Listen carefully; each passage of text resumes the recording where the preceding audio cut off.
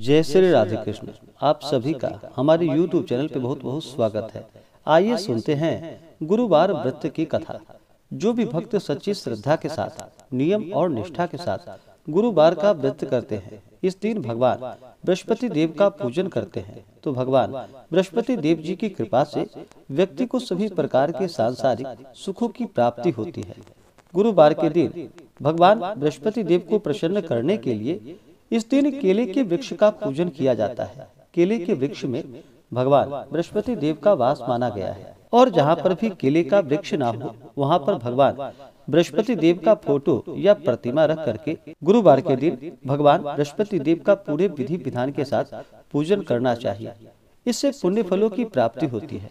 भगवान बृहस्पति देव को गुरुवार के दिन इस दिन चाहिए कि विशेष करके पीले वस्तु भगवान को अर्पित करे, पीले पुष्प चढ़ाएं, पीले चंदन अर्पित करे, धूप दीप दिखा करके भगवान बृहस्पति देव को पीले वस्तु का भोग लगाना चाहिए। जैसे कि भगवान बृहस्पति देव को गुड़ और चने के दाल का भोग लगाना चाहिए, मुनक्का आदि का भोग लगाना चाहिए। इससे भगवान अति प्रसन्न होते हैं और अपने भक्तों की सभी मनोकामनाओं को पूर्ण करते हैं। गुरुवार के दिन जो कि एक समय भोजन ग्रहण करना चाहिए, इस दिन पीला वस्तु भोजन ग्रहण करना चाहिए।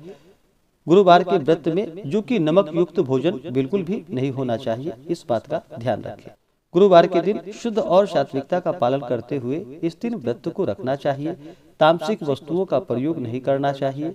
व्रत के दौरान किसी के ऊपर क्रोध नहीं करनी चाहिए। गुरुवार के दिन जो कि साबुन सर्फ आदि का प्रयोग नहीं करना चाहिए। बाल, दाढ़ी, नाखून आदि का कटिंग नहीं करवानी चाहिए और पूर्ण श्रद्धा भक्ति भाव के साथ भगवान बृहस्पति देव का पूजन करना चाहिए। इससे भगवान बृहस्पति देव अति प्रसन्न होते हैं। तो आइए सुनते हैं गुरुवार व्रत की कथा। तो बोलिए प्रेम से भगवान बृहस्पति देव की जय। प्राचीन काल में एक बहुत ही निर्धन ब्राह्मण था। उसके कोई संतान ना थी। वह नित्य पूजा पाठ करता। उसकी स्त्री ना स्नान करती और ना किसी देवता का पूजन करती। इस कारण ब्राह्मण देवता बहुत दुखी रहते थे। अपनी पत्नी को बहुत समझाते, किंतु इसका कोई परिणाम ना निकलता। भगवान की कृपा से ब्राह्मण के यहाँ एक कन्या उत्पन्न हुई। कन्या बड़ी होने लगी। प्रातः स्नान करके वह भगवान विष्णु का जप करती। बृहस्पतिवार का व्रत भी करने लगी। पूजा पाठ समाप्त कर पाठशाला जाती तो अपनी मुट्ठी में जौ भरकर ले जाती और पाठशाला के मार्ग में डालती जाती। लौटते समय वही जौ जो कि स्वर्ण के हो जाते थे, तो उसको बीन कर घर ले आती। एक दिन वह बालिका सूप में उन सोने के जौ को फटक कर साफ कर रही थी कि तभी उसकी माँ ने देख लिया और कहा कि हे बेटी, सोने के जौ को फटकने के लिए सोने का सूप भी तो होना चाहिए। दूसरे दिन गुरुवार था। कन्या ने व्रत रखा और बृहस्पति देव से सोने के सूप देने की प्रार्थना की और कहा कि हे प्रभु, यदि सच्चे मन से मैंने आपकी पूजा की हो तो मुझे सोने का सूप दे दो। बृहस्पति देव ने उसकी प्रार्थना स्वीकार कर ली। रोजाना की तरह वह कन्या जौ फैलाती हुई पाठशाला चली गई। पाठशाला से लौटकर जब वह जौ बीन रही थी तो बृहस्पति देव की कृपा से उसे सोने का सूप मिला। उसे वह घर लेकर आई और उससे जौ को साफ करने लगी, परंतु उसकी माँ का वही ढंग रहा। एक दिन की बात है कि कन्या सोने के सूप में जब जौ को साफ कर रही थी, उस समय उस नगर का राजकुमार वहां से निकला। कन्या के रूप और कार्य को देखकर वह उस पर मोहित हो गया। राजमहल आकर वह भोजन तथा जल का त्याग करके उदास होकर लेट गया।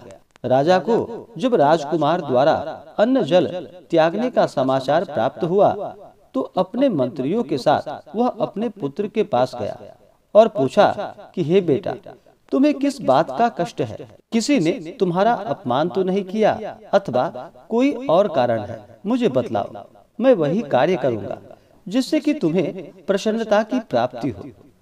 अपने पिता की बातें सुनकर राजकुमार बोला कि हे पिताजी, मुझे किसी बात का कोई दुख नहीं है। किसी ने मेरा अपमान भी नहीं किया है, परंतु मैं उस लड़की से विवाह करना चाहता हूँ जो लड़की सोने के सूप में जौ को साफ कर रही थी। राजकुमार ने राजा को उस लड़की के घर का पता भी बता दिया। मंत्री उस लड़की के घर गया। मंत्री ने ब्राह्मण के समक्ष राजा की ओर से निवेदन किया। कुछ ही दिनों के बाद ब्राह्मण की कन्या का विवाह जो कि राजकुमार के साथ संपन्न हो गया।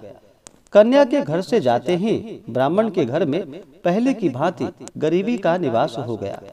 एक दिन दुखी होकर ब्राह्मण अपनी पुत्री से मिलने गया।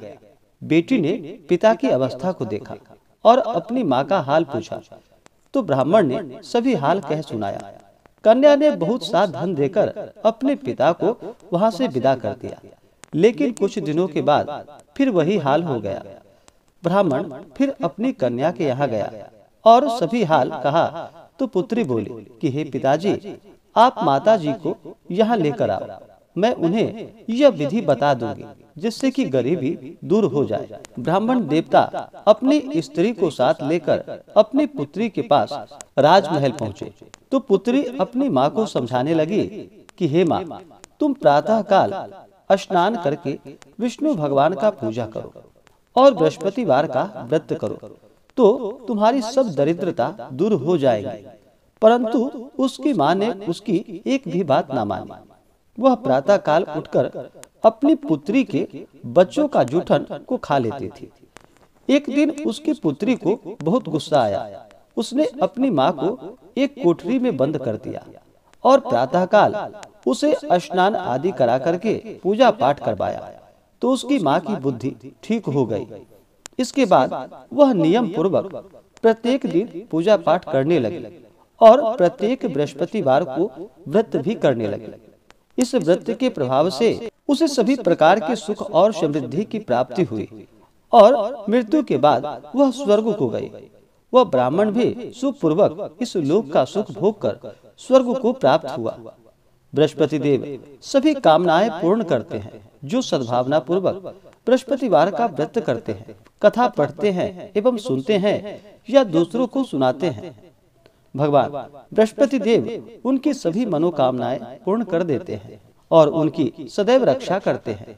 जो संसार में सद्भावना से गुरुदेव का पूजन एवं व्रत सच्चे हृदय से करते हैं, उनकी सभी मनोकामनाएं वैसे ही पूर्ण होती है जैसे कि उस ब्राह्मणी की सभी मनोकामनाएं पूर्ण हुई।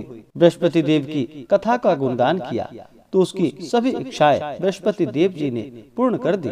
इसलिए सभी को चाहिए कि भगवान बृहस्पति देव का पूर्ण श्रद्धा भक्ति भाव के साथ पूजन करे और कथा सुन करके प्रसाद ग्रहण करे। इससे भगवान बृहस्पति देव अति प्रसन्न होते हैं और अपने भक्तों की सभी मनोकामनाएं पूर्ण करते हैं।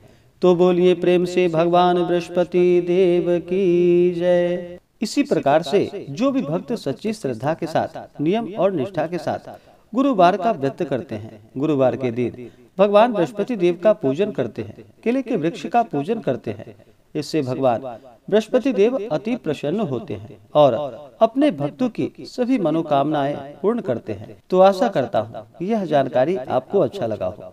ऐसे ही ज्ञानवर्धक जानकारियाँ प्राप्त करने के लिए हमारे इस चैनल पे अगर आप नए हैं तो चैनल को लाल बटन दबा करके सब्सक्राइब करें, साथ में बेल आइकन घंटी को दबाएं ताकि मेरे वीडियो का नोटिफिकेशन आपको समय से मिलता रहे। वीडियो को लाइक करें, शेयर करें, सुखी रहें और स्वस्थ रहें। जय श्री राधे कृष्ण। धन्यवाद।